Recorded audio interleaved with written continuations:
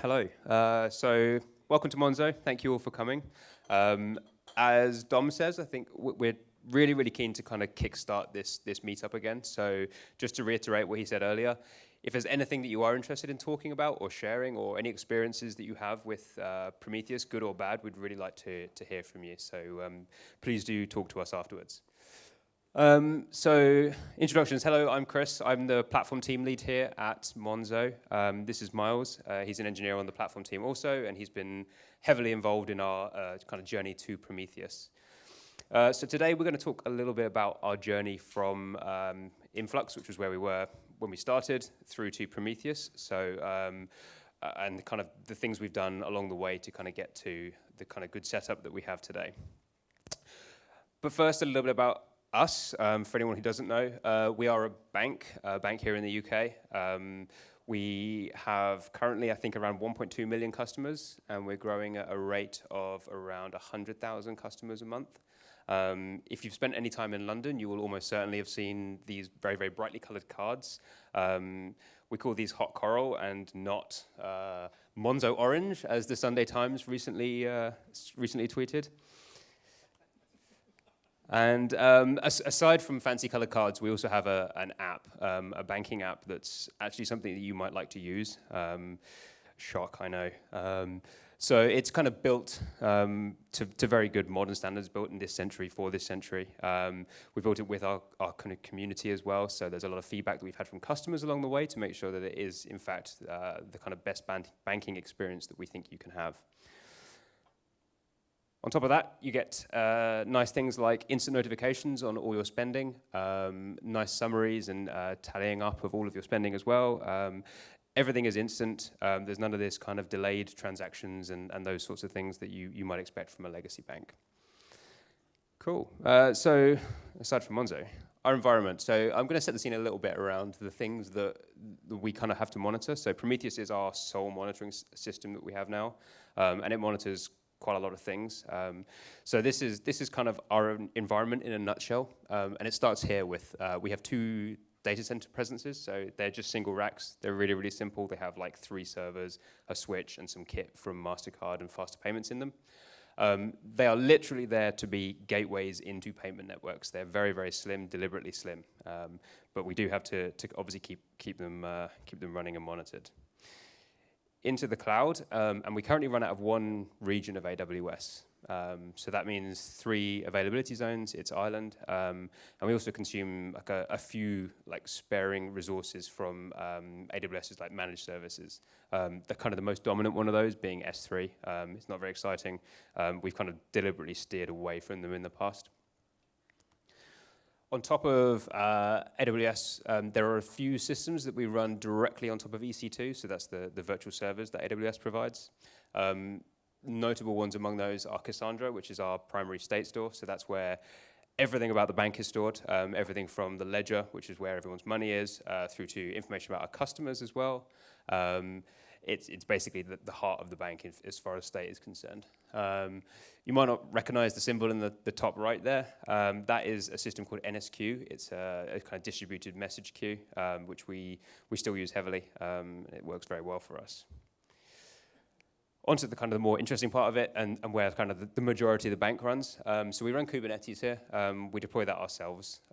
So when we originally adopted Kubernetes, it was before a lot of like the kind of the better ways to do, or the alternative kind of like turnkey solutions were available for that. So things like kops and kubeadm were either not available or in their infancy. So we have our own way of deploying that.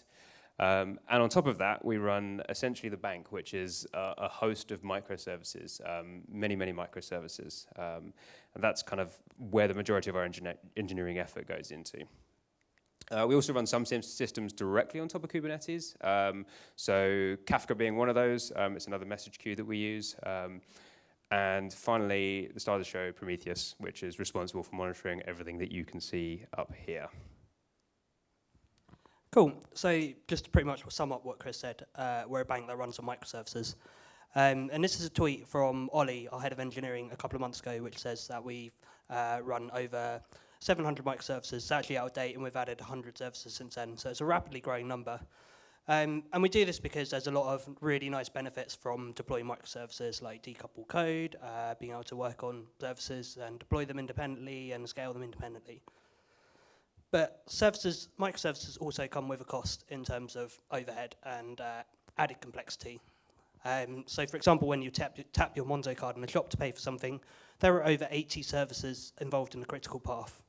And these are doing things like checking your balance, checking your card details are valid, fraud detection, and obviously if any of these services breaks or adds any extra latency, we want to know about it quickly. So monitoring is pretty fundamental to us. It's really, really important. And it's something we've been doing since the early days of Monzo, as this commit from 2.5 years ago shows. This is the shared library we introduced and called instrumentation. Later that day, Matt had obviously got bored of typing out instrumentation, so he renamed the library to metrics. What this library actually does, or what it did with our previous metric stack, so we create a new service, add the library, service would start pushing metrics in stats.d format to a bunch of Telegraph instances, and these would aggregate metrics from many services and write them into InfluxDB. And this is great because we could just create a new service, add the library, wouldn't have to configure anything else. The rate we're deploying code, that's really important too. But we ran into a few kind of minor scaling issues, like running out of disk space and running out of maximum time series. And obviously, we kind of just did the quick, easy fix and just bumped up the disk size, bumped up the maximum time series. And to be fair, we could have been a bit smarter and kind of optimized our retention periods, been a bit more aggressive about downsampling to kind of eke out a bit more storage space. But ultimately, we felt like this was a battle we weren't really going to win, and we were going to just keep coming around to these sort of scaling issues. One of the other red flags that we found was that we'd started instrumenting a few kind of components with native Prometheus endpoints, like, for example, Kubernetes C Advisor, which monitors container resources. And we'd actually started writing a few adapters which would take the output of these endpoints and push them to Telegraph. And we thought, maybe there's a better way of doing this. Cool. So a little bit about how we arrived at the kind of solution that we have today. So it all started here. This is a single Prometheus server, nice and small, running in a pod on top of Kubernetes. So this worked well for us initially. As Miles pointed out, we'd been instrumenting code from day one, so we had this kind of shared library across all of our services. And the advantage of that is that we were able to modify that one library to where it was previously pushing metrics out to Influx. We were able to expose those on a simple Prometheus endpoint. So essentially day one, we had every single service exposing metrics in Prometheus, and it was just a job of kind of switching them on and deciding which ones we wanted to scrape. So we started small, started scraping things, started getting comfortable operating Prometheus and understanding how it fails, where it falls apart, what things are hard. And over time, we added more and more things to this. So Prometheus naturally got bigger. We scaled it vertically. Again, this was kind of a learning experience. We got better at figuring out what things were working still. And at this stage, it was still running alongside Influx. So Influx was still our primary monitoring solution here. So having a single server was entirely appropriate. There was no need for us to kind of do anything more complicated at this point. But pretty soon we started adding things like alerts that we depended on, alerts that were really critical to our operation. So at that point, it kind of made sense for us to do the kind of standard Prometheus approach of running two servers, doing the exact same job. And again, this kind of worked well. This was doing everything we needed it to do.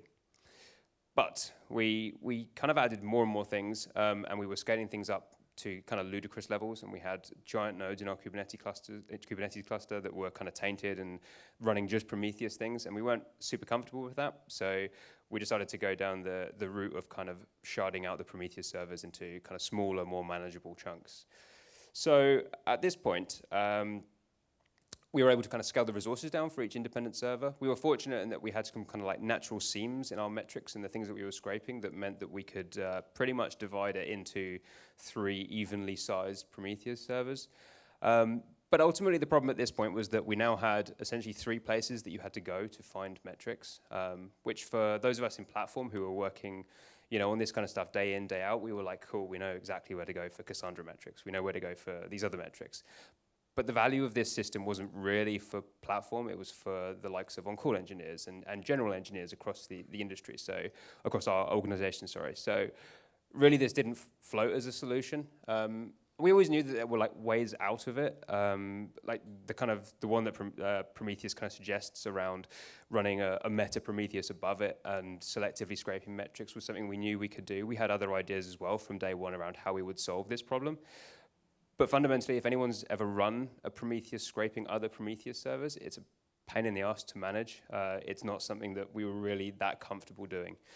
So we were kind of trying to decide what exactly we were going to choose as our way out of this. And handily, at the kind of time that we were doing this, we became aware of Thanos, which Bartek, who spoke earlier, and Dom as well, this has come out of Improbable, and this is a solution that essentially allows you to kind of augment your Prometheus setup and solve a lot of these problems that we were kind of facing. So in the simplest case, we could run it like this, which is essentially every single Prometheus server, we can deploy a sidecar into it. And that sidecar can then be spoken to by this component called Thanos Query. And essentially, Thanos Query does all of the hard work of essentially extracting the data out of those independent Prometheus servers and providing that kind of like global unified view across all of those metrics. So now we had a solution where engineers didn't need to know where to go. They could just go to Thanos and all the metrics were there, and it worked really, really well. And incidentally, to get to this point from where we were previously was like a morning's work. It was absolutely trivial, it really was. So really encourage you to have a look if you haven't already. And as an added bonus, we also get this component, Thanos Store, which essentially the way this works is the sidecars can also be configured to ship kind of completed Prometheus blocks to object storage, which for us on AWS meant S3. And then you can deploy this other component called Thanos Store, which sits in front of S3 and is able to kind of serve that data out as if it's a Prometheus server, which essentially means that you, as well as everything else, you now have essentially like infinite retention of metrics, which was a really, really great place to be. Cool. So we thought we'd give you some numbers just to give you an idea of like the scale we're currently operating kind of Prometheus and Thanos at. So first of all, 5,355. Can anyone guess what this number is? Not far off. No, this is the number of individual Prometheus targets we're scraping. Then 750,000, this is the number of samples we're scraping per second. Then we have 11 million currently active time series in our kind of Prometheus instances. And then Thanos in total, over kind of the last historical 3 months, has over 19 million. Cool. So we've spoken a little bit about kind of the solution that we've arrived at, which is really nice, and it's working really, really well for us. But ultimately, a great monitoring tool is kind of useless unless people are actually using it. And I think, as like Abida pointed out earlier, that there's a few kind of like usability things with Prometheus that don't make it particularly easy for like people who are not interacting with it on a daily basis to kind of use. So we spent a fair bit of time kind of providing some kind of like workflows around using Prometheus. So we're going to talk a little bit about some of those. So the first one is kind of the alerting story. So we wanted our teams to be able to kind of treat alerts in the same way that they can treat their code. So what that means is we want them to be able to like raise a branch with that kind of new alert on it, stick it on a PR, have it reviewed in the same way that we review everything else, essentially. We then have CI that picks up those kind of those PRs, and this shows two things. There's actually three things that it does now. So the first thing that it does there is it runs PromTool, which is it basically syntactically checks that those alerts are valid, which has saved us a number of times. In fact, there's a number of times where people have like fat-fingered and put the wrong kind of metric name in, or just put a invalid YAML in place. This script that runs there is something that we wrote ourselves. So our alerts live in a repo alongside runbooks. And so we have like annotations on alerts which link straight into those runbooks. And it's amazing the number of times that people deploy an alert with a link to a runbook that is completely invalid. So one of the things that script does is it validates that all those alerts are in fact linking to valid runbooks. It does a bunch of other things, like there are some common labels that we expect to be in place, and it checks that they're there and that they're spelt right and that we're not using hyphens when we mean underscores and all sorts of things like that. The thing that's not shown there that we've put in recently is actually something that Bartek showed, which is the unit testing stuff. So we started actually deploying that as well. So we have some alerts now that we're unit testing as well, and we plan to kind of roll out some more of those. So once that's passed, we merge down that PR. That's all great. And we have Prometheus configured to fetch alerts and reload itself whenever anything changes on master, which ultimately means that the act of merging your PR is enough to get your alert running live in production. So we send all of our alerts to both Slack and PagerDuty. We think PagerDuty is a great tool for getting someone's attention, especially if you need an engineer at 3 a.m. in the morning. But we've also found it useful to post all of our alerts in to Slack. First of all, we get a kind of complete event stream of all the alerts that are fired, which is really useful for like kind of instant timelines and that kind of thing. But it also means we can send these notifications with really rich kind of context-rich notifications. So first of all, we can just put a query button on there. If you click that, it will take you through to the Prometheus UI, and you can see the historical values of the alert query. We can also add kind of custom annotations to alerts as well. So as Chris mentioned, you can chuck a runbook link in there, and you get a button. You click that, and it will take you straight to the like relevant runbook. And also similarly with a dashboard, if there's a particular dashboard that is useful for an alert. And if there's a custom kind of application UI, we can add custom links like that as well. We put these out on GitHub as a public gist. We'll make sure we tweet around the link afterwards if anyone's interested in kind of taking these. And the other thing is the silence button there. So we click that, and that takes you through to the Alert Manager UI. Pre-populates some of the fields with the labels of the alert. So if you've got a really noisy alert, you've just been woken up and you want to go back to sleep, you can just, everything is down, but whatever. You can just put in the time and the reason, and then silence the alert straight away. Cool. Alert routing. So this has been a relatively painful journey. So to set some context here, the way Monzo does on-call, we have a single on-call team, but it's made up of engineers from across the whole engineering organization. So it's a kind of opt-in situation. So alerts like this one are not uncommon. These are kind of like common alerts that we deploy, which are not specific to a team, but probably need someone to look at them if they're firing. So what we kind of found with this kind of like central on-call team is that often these alerts, because they're low criticality, we wait until like the next office hours to kind of look into them. And what the on-call person ended up doing is essentially looking up what this pod was, looking up which team owned that service, going to talk to that team, asking them to take a look at it, and essentially kind of handing it off to them, which is like hugely inefficient for everyone. So we kind of set off with the goal of solving this as a problem and making sure that the right people were actually getting the alerts that they needed. So take a step back, we have a strong notion of like code ownership here. So all of our services all live in one giant monorepo. We use the GitHub code owners construct, which essentially allows us to map every single service to a specific team. The first thing we did was to write an exporter, which essentially pulled that code owners file and exposed it with a mapping from service to code owners or to the team that owned those services. And then using data from our exporter, we were able to do things like what you see here, which is essentially joining the code owner label onto what would otherwise be very generic alerts. So it essentially allows us to have that exact same alert, but now we have this additional label, which is really useful. And what that actually means then for us in terms of how it gets to teams. So we have an alert that fires. We then have part of the routing tree checks whether there is a non-empty code owner label on that alert. If it finds one, it will go off and route it to the correct team via a custom receiver that we have, a Slack receiver, and then continue processing through the tree. So on-call are also aware of all of these alerts. And then likewise, if there's no code owner label, it will just fire straight through to everyone else. Just a kind of a little how this is actually implemented. So the kind of top bit here is the part of the routing tree that checks for the code owner label. So it's there looking for anything non-zero. It maps it to that Slack code owner's receiver.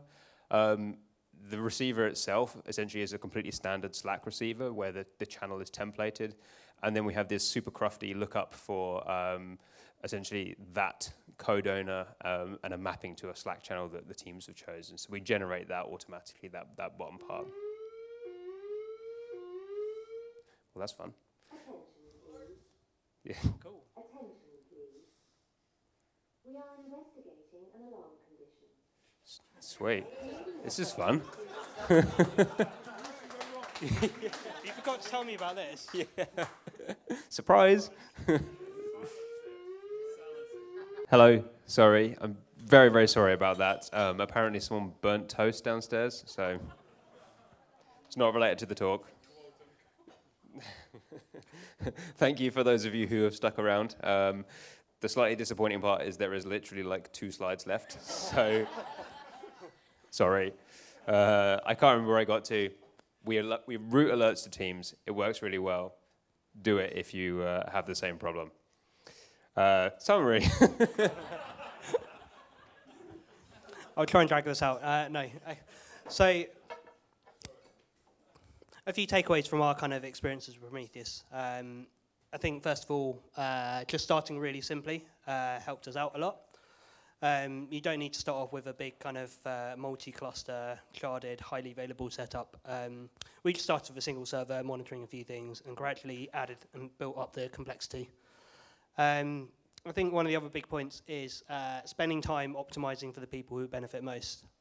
So it seemed a little bit silly at the time to spend kind of hours poring over like Slack templates and fiddling around with them, but actually I think the benefits have been huge, so it's definitely worth like putting that time in. And if we do all of that well, then we empower engineers and teams to own their own monitoring and alerting. That's the end.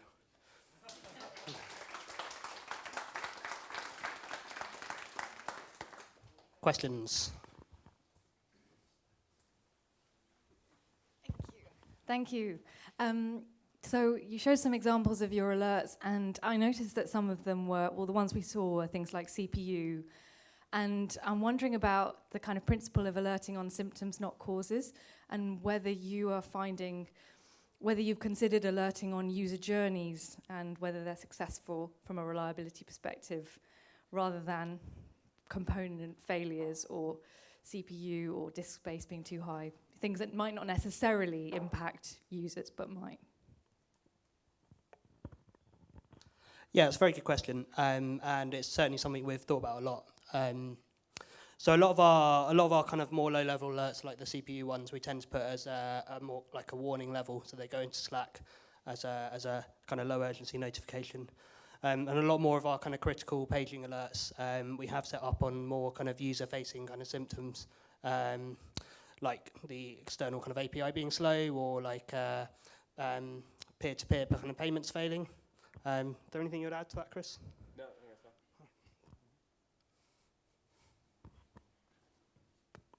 fine. Michael Cloudflare, thank you very much for the presentation.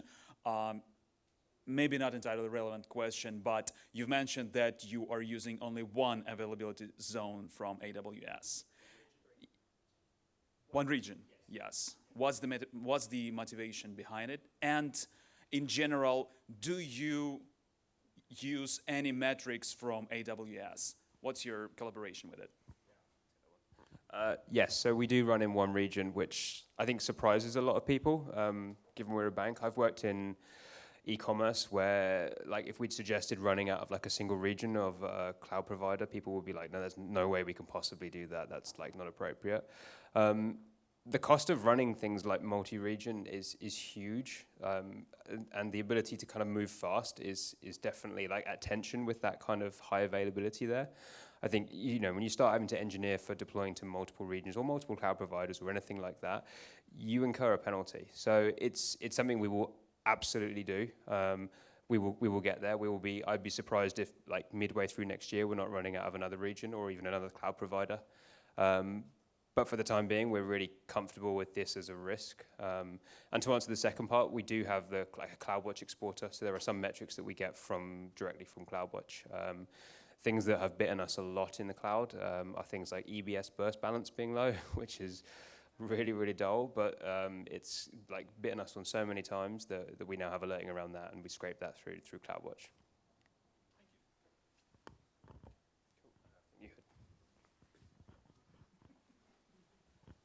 Thanks very much for the very interesting talk. One question, well, several questions.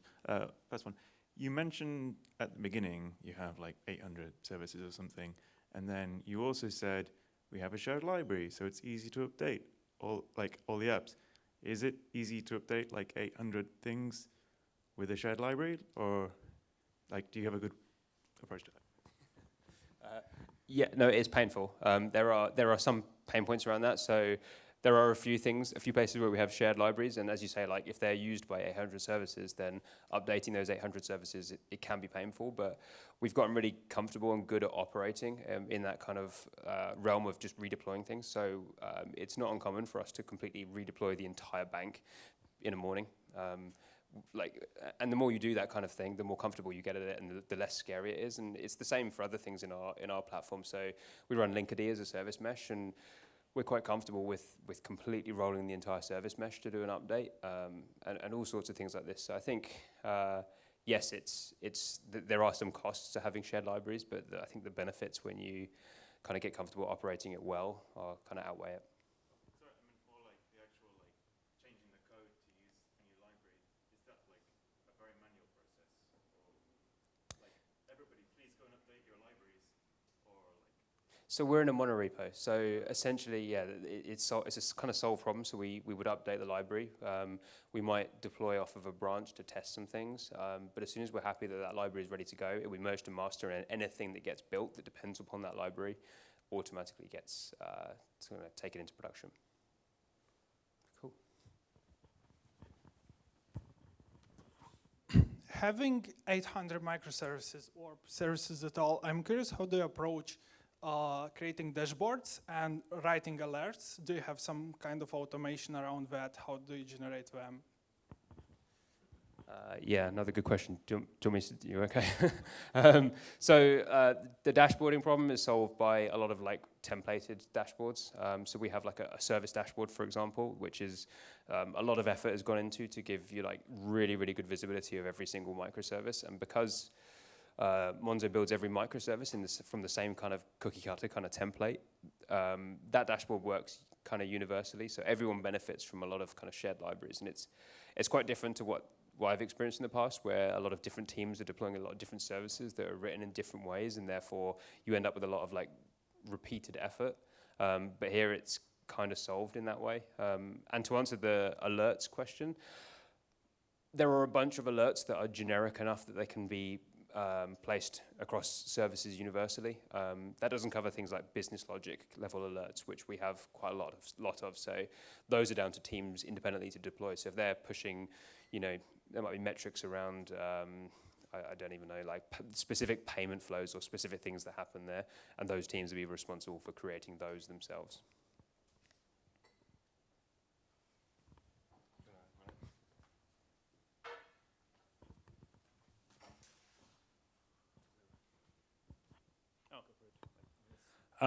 Is there anything you miss from the Influx world and push-based metrics? Me personally, no.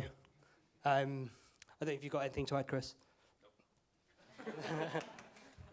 There you go.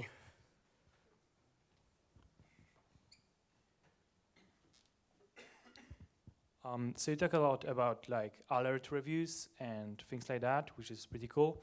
Do you have the same for dashboards? And like what technology you use like for your dashboarding?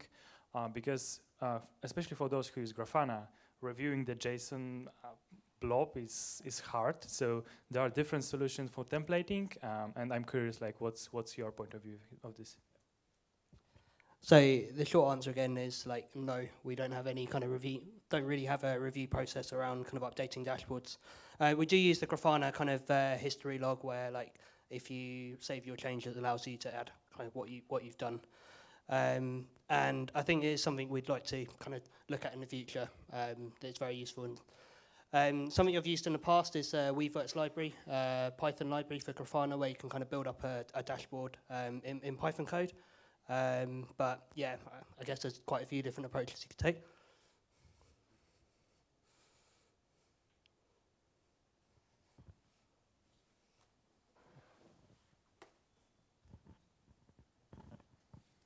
Do you also run some monitoring on your client, as in the app? And do you somehow combine it with what you have in Prometheus?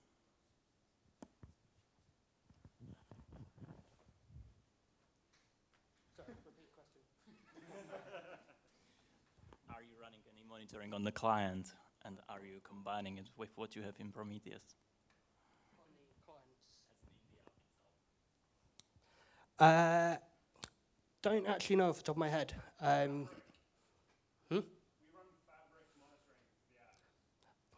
Apparently we run Fabric monitoring on the apps.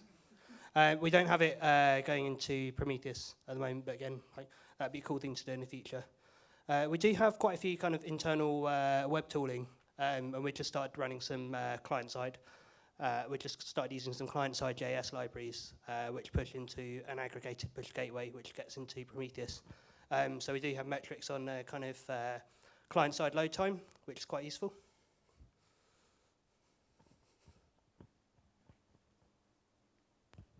Yeah, hi. So you have the Kubernetes and Docker kind of thing, right? So suppose there is some alert comes like node goes down and that triggers other alerts also. So you have any mechanism like that will sense the pattern and it will tell you some particular alert only or something?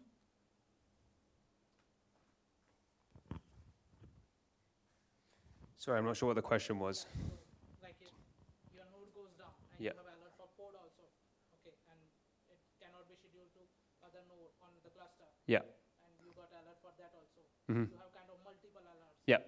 So you have any pattern sensing kind of thing or something mechanism? No, not really. So the question was, if we have a node goes down and another alert fires, like a pod can't be scheduled on the cluster somewhere. So we've got multiple alerts for kind of the same thing. No, we don't. We have some inhibition rules, like Bartek mentioned. The ones that we have that are like, the main one we have is really that we suppress anything that's like a lower level alert if we have a critical one. But we don't have anything really like that. It's not really been a problem for us, to be honest. Last one? Last one? Oh, two more. So I noticed at one point you were saying about how your old Influx cluster, you know, it was quite often like running out of disk space and like having problems. And then you also mentioned that you started quite small, like running Prometheus alongside and then gradually growing it. I'm wondering, like, because it was so small, presumably there wasn't like a lot of investment in like making it super reliable, like, you know, maybe not making it as production ready because it didn't need to be. I'm just wondering, like, was there a process at some point where you're like, okay, like, you know, we're going to go back from the first principles and like make sure this thing is production reliable? Or did it just kind of like grow and evolve and like run into those same like disk space issues and, you know, growing pains along the way, or did you like reevaluate it? Okay, so I think I got the question. So I think for us, like, we were running Influx in a really simple setup. I'm confident that had we chosen to go down the Influx route, we would have been able to get it to do probably similar stuff that we got to with Prometheus, essentially. I think, like, the reason we really like made that switch was because of the ecosystem and the community around Prometheus. That's really where the value I see for this. So I think, as Miles said, like when we ended up like, I don't know, we ended up writing like a bunch of like essentially exporters, but just pulling Prometheus metrics and shipping to Influx. It just felt like really anti-pattern. So yeah, does that answer the question? Not quite. Do you want to repeat it? Do you want me to go again? Should we talk after? Yeah, let's do that. Let's do that. Last one. Hey, I was just wondering, are you kind of using Prometheus with your other teams, like your infrastructure teams, to do automated canary deployments with Kayenta and Spinnaker and things like that? Or does your Prometheus tooling kind of stay internal towards the platform team? So Prometheus is, like, here is deployed and kind of operated by the platform team, but used by everyone. Yeah, should we catch? No, I'm not familiar with it. Yeah, that'd be great. That'd be great.